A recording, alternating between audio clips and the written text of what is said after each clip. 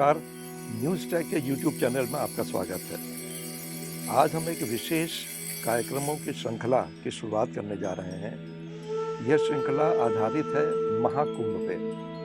जैसा कि आप जानते हैं, प्रयागराज में महाकुंभ का आयोजन होने जा रहा है। इस पवित्र और बेहद महान आयोजन से जुड़े तमाम पहलुओं पर हम लोग बातचीत करेंगे, कुंभ के दर्शन को जानेंगे और कुंभ से जुड़ी जानी अनजानी तमाम बातों के बारे में नई नई जानकारियां प्राप्त करेंगे। इस अवसर पर हमारे साथ मौजूद रहेंगे एक आध्यात्मिक गुरु और प्रकांड जानकार, खास तौर से सनातन धर्म से जुड़ी हुई चीज़ें और भारतीय संस्कृति से जुड़ी हुई चीज़ें। इनके विषय विशेषज्ञ श्री संजय तिवारी जी। संजय तिवारी जी, आपका स्वागत है। नमस्कार। कुंभ के बारे में हम सभी की एक कौतूहल है कि कुंभ आखिर है क्या और महाकुंभ इसे क्यों कहा गया है? जी, ये एक बड़ा मतलब आधारभूत प्रश्न है कि इसे कुंभ ही क्यों कहा गया। जी। तो सामान्य तौर पर जो लोक धारणा है या जो शास्त्रीय परंपरा है, उसमें एक कथा पर आधारित ये सब कुछ बताया जाता है। इसकी गहराई पर हम आगे चर्चा करेंगे, लेकिन कथा जो समुद्र मंथन से जुड़ी हुई है, देवासुर संग्राम से जुड़ी हुई है, और उसमें समुद्र मंथन के बाद एक घट निकलता है और उस घट में अमृत भरा हुआ है और उसके लिए जो छीना झपटी होती है। और ये भी फिर कथा आगे बढ़ते हुए जो हमारी शास्त्रीय परंपरा में आती है कि वो घट लेकर के जिस प्रकार से युद्ध हुए और उस घट की बूंदें जहाँ गिरी, वहाँ कुंभ मेले या कुंभ स्नान के आयोजन की बात होती है। जी। तो ये तो एक सामान्य जो कथा और परंपरा की बात होती है वो हो जाती है, लेकिन कुंभ शब्द ही क्यों और वो घड़ा ही क्यों, ये एक बड़ा गंभीर सा प्रश्न उठता है। तो इससे पहले कि हम इस पूरी परंपरा पर बात करें, थोड़ा सा इसके विज्ञान पे नजर डालना जरूरी है। कुंभ शब्द और कुंभ मेले का आयोजन, जिसको मेला कहा जाता है, हम उसे समागम कहते हैं। हाँ, मेला तो मिलन हम जुलन समेकन कहते हैं, सम्मिलन कहते हैं। जी। लेकिन उसको सामान्य लोक परंपरा में वो एक मेला जैसा हो गया है और पिछले 400-500-600 वर्षों में उसमें ढेर सारी चीजें आई हैं और उतनी ही जानकारी लोगों के पास है। कुंभ की पुरातनता को लेकर के बहुत जानकारी है, तो ये कितना पुराना है, ये एक बड़ा प्रश्न उठता है।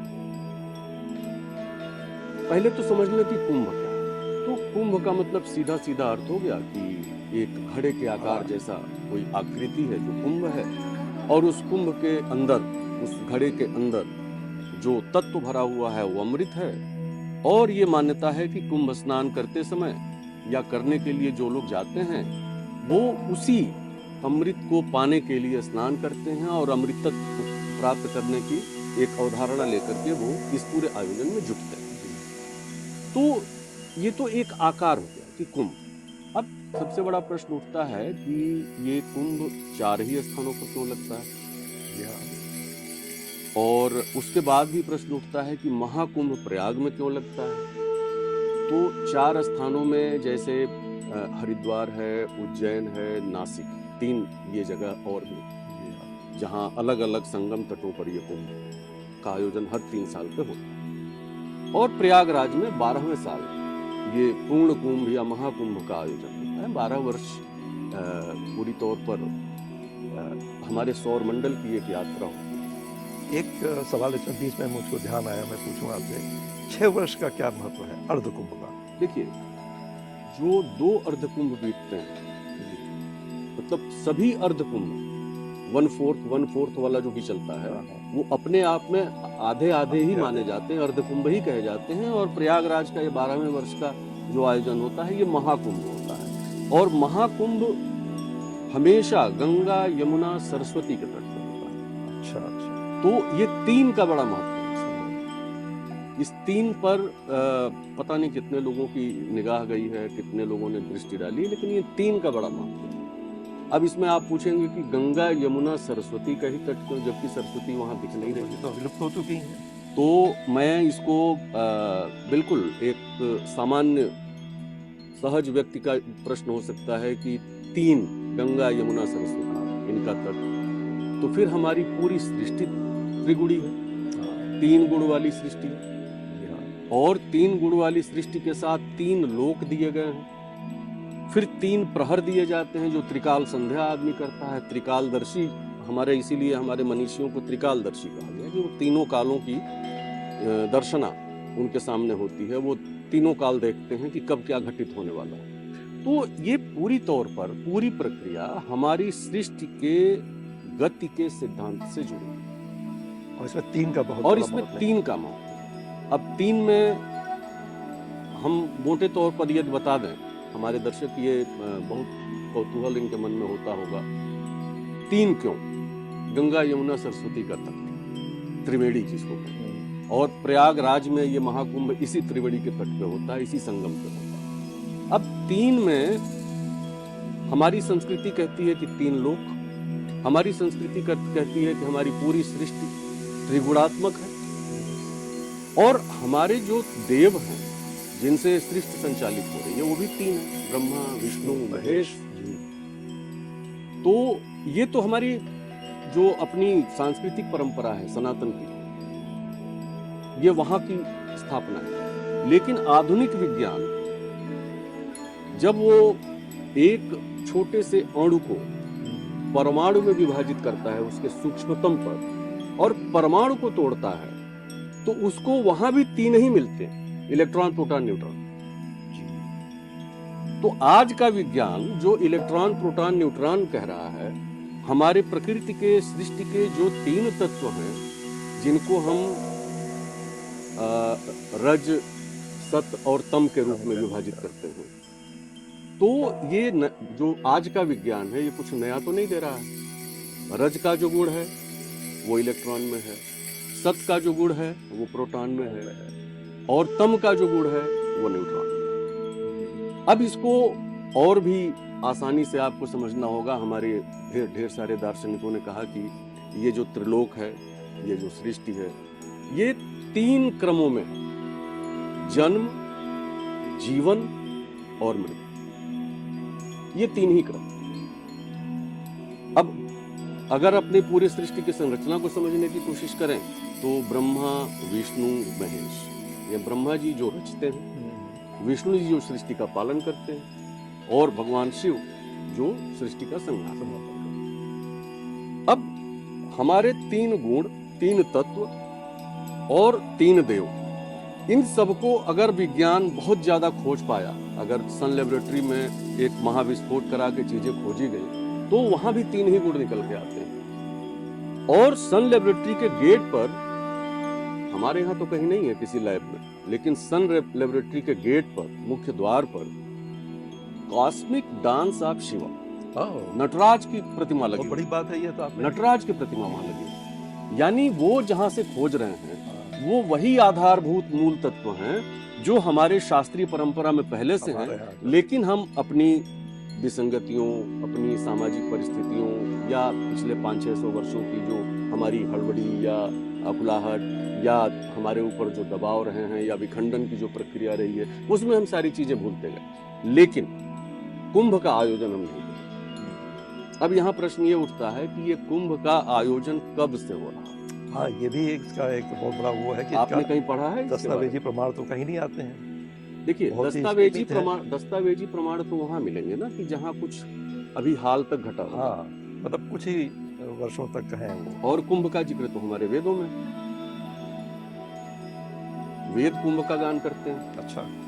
और वेद छोड़ दीजिए, आप वाल्मीकि रामायण उठा लीजिए या श्री रामचरितमानस उठा लीजिए, तो गोस्वामी जी ने तो पूरा कुंभ मेले का वर्णन किया और वहीं से कथा उठाते हैं वो। प्रयागराज में माघ मेला, कुंभ का मेला समाप्त हो गया, और उसके बाद सारे ऋषिगण अपने अपने आश्रम जाने लगे, और फिर भरद्वाज जी वहाँ रुकते हैं और याज्ञवल्क जी को वो रोकते हैं और उनसे वो कथा सुनते हैं, और वो कथा राम कथा रूप में आता है, जिसमें शिववाद की ढेर सारी चीज। तो बात हम कर रहे थे कुंभ की।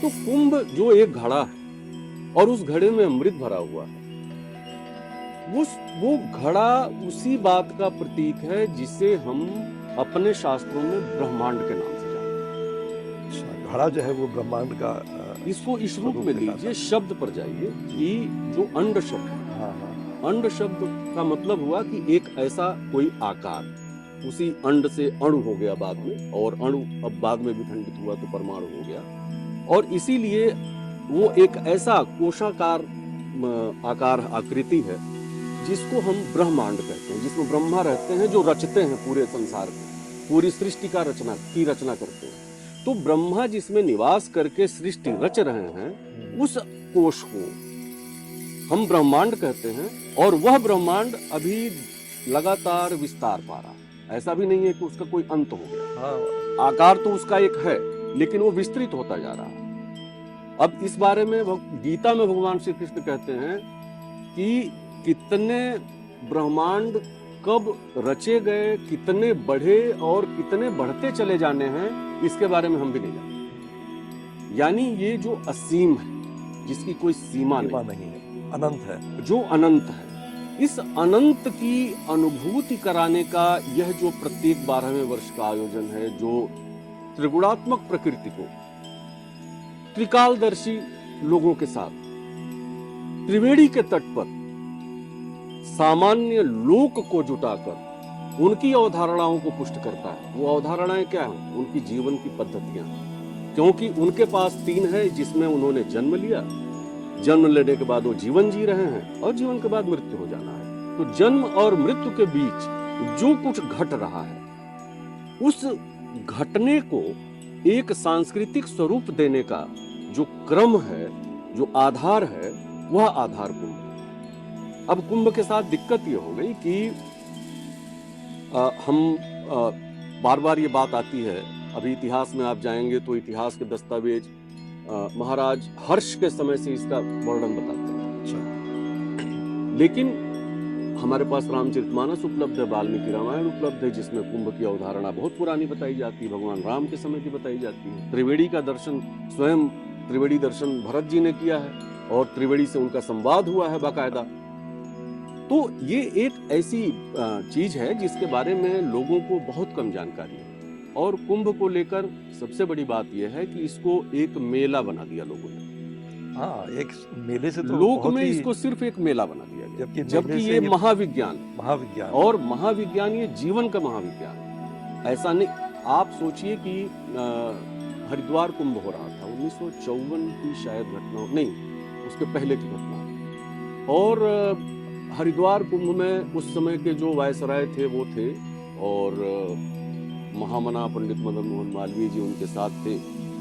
तो अंग्रेज वायसराय को लगा कि इतनी बड़ी जुटान करने के लिए आखिर लोगों को जुटाया कैसे गया होगा।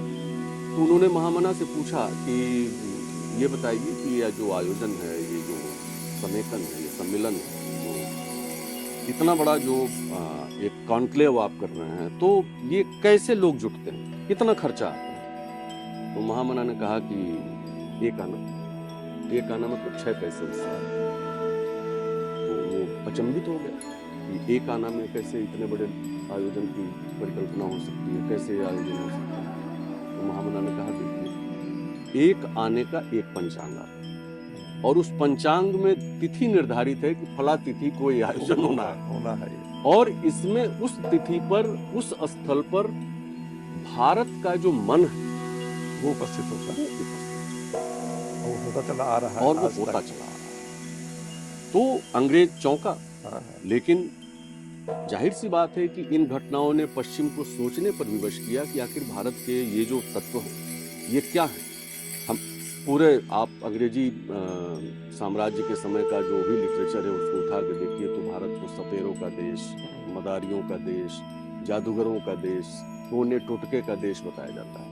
हमारे जितने साधु सन्यासी संत ऋषि महात्मा मिलते हैं उन सब के बारे में उन्होंने गलत गलत अवधारणाएं पैदा कर दी, क्योंकि पश्चिम हमेशा चमत्कार में विश्वास करने वाला है, और पूरब जो भारत है, भारत चमत्कार है ही। जैसे हमारे शरीर पर कपड़ा है तो हम ये कैसे महसूस कर सकते हैं कि जिसके पास कपड़ा नहीं है वो महसूस करे कि उसके पास कपड़ा है। तो पश्चिम के पास कुछ नहीं था, हमारे पास था, तो हमारी अवधारणाओं को उन्होंने लिया। जैसे आप सोचिए कि ये जो पूरी सृष्टि, पृथ्वी की सृष्टि अगर हम बात करें, तो हमारे वेद कहते हैं, गीता में स्पष्ट लिखा हुआ है, भगवान श्री कृष्ण ने बार बार कहा है गीता में कि ये जो ब्रह्मांड है, ऐसे करोड़ों ब्रह्मांड हैं इस गैलेक्सी में, और जो ये गैलेक्सी है ऐसे करोड़ों गैलेक्सी है, अनंत है वो तो तो। करोड़ों गैलेक्सी में से एक जो मिल्की वे है हमारी गैलेक्सी, और उस गैलेक्सी का एक जो सौरमंडल है जिसके 9 ग्रह हैं, उन 9 ग्रहों को समेकित करते हुए ये पृथ्वी और यहाँ की सृष्टि, और ये पूरी की पूरी तौर पर सूर्य और चंद्रमा से नियंत्रित।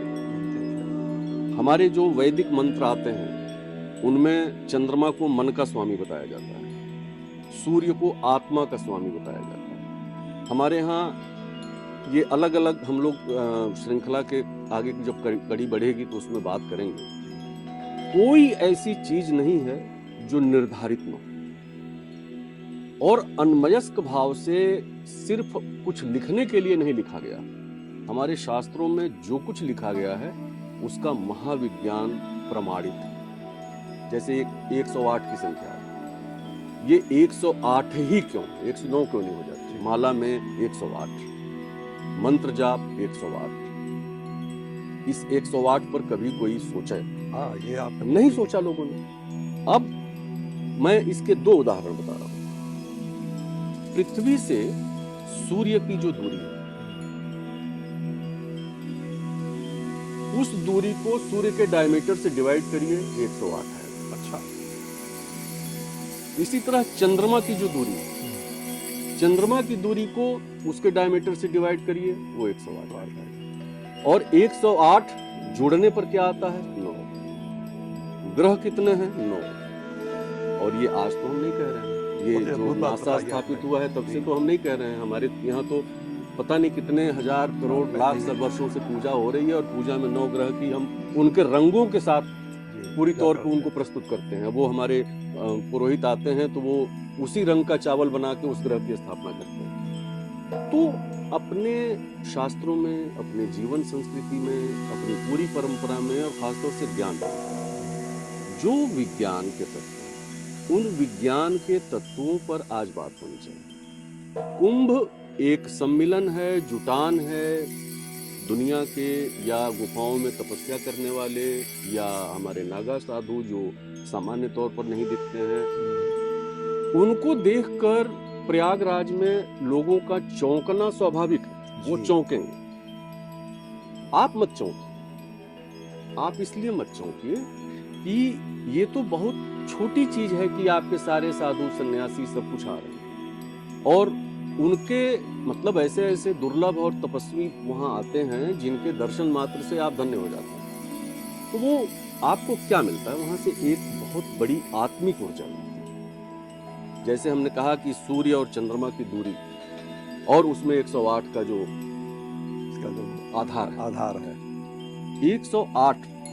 आप सोचिए कि हमारे पूरे वैदिक मंत्रों में आधार मंत्र कहा गया गायत्री। गायत्री कोई देवी नहीं। गायत्री में हम मंत्र पढ़ते हैं भूर्भुवः स्वः तत्सवितुर। सविता देवता की उसमें हम आराधना करते हैं, उनसे प्रेरणा प्राप्त करने की बात करते हैं, और सविता देवता है, देवीस्य नहीं, देवस्य की बात होती है उसमें। तो सविता देवता कौन? जो सूर्य हमें दिखता है, ये उसका आभा मंडल है। अब हिंदी की किताबों में आप पढ़े होंगे हाई स्कूल में, सूर्य का पर्यायवाची सविता। पर्यायवाची नहीं हो सकता, किसी शब्द का कोई पर्यायवाची नहीं होता है। नहीं होता। लोक में आप जाएंगे, अभी छठ बीता है तो गांव की महिलाएं सूर्य नारायण कहती हैं, सूरज देव कहती हैं, हे नारायण, ऐसे कहती हैं। क्यों कहती हैं? कि वो जो सविता देवता है वो साक्षात नारायण है, सूर्य के केंद्र में जो अवस्थित है, और उस सविता देवता की पूजा करते हुए हम गायत्री की आराधना करते हैं। इसीलिए वासुदेव शरण अग्रवाल ने पूरा का पूरा भारत गायत्री एक ग्रंथ लिखा।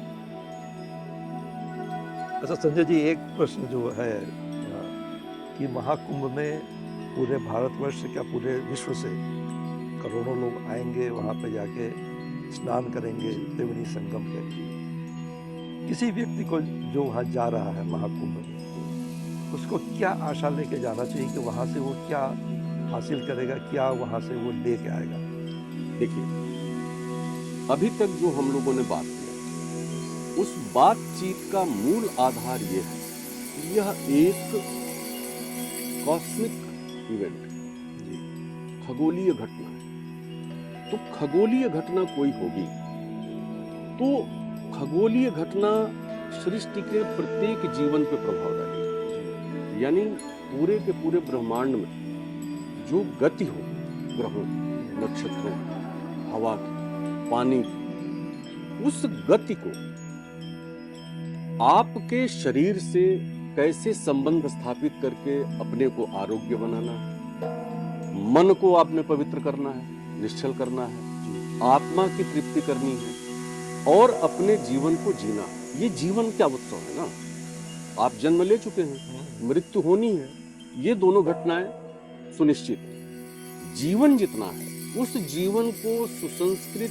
संस्कारित और अमृतत्व की तरफ लेके चलना, ये कुंभ का उपलब्धि है। और इसको आप सीधे सीधे वहां जाइए, भारतीय दर्शन कहता है, इस पर आगे हम लोग चर्चा करेंगे श्रृंखला में, वो जब वो बात आएगी, तो अमृतस्य पुत्राः मनुष्य को कहा गया। सृष्टि में मनुष्य की जो अवस्थापना है, अमृतस्य पुत्राः हम कहे जाएंगे। बार बार अमृत शब्द आ रहा, घट में भी अमृत है जिसको पाने के लिए कुंभ लग रहा, घट में वही अमृत है जिसको पाने के लिए पूरे देवता और असुर लड़ रहे हैं, और उसी अमृत की बूंदों के छलकने वाले स्थान पे कुंभ लग रहा है, और वही अमृत का पान करने के लिए पूरा लोग, ये सांकेतिक तत्व मीमांसा में जब आप जाएंगे, तो आप जब वहां कुंभ में त्रिवेणी तट पर उसके रेते में जब आप नंगे पांव खड़े होते हैं, तो आपको आभास होगा कि हम जहां खड़े हैं ये कौन सी जगह, क्यों यहाँ खड़े।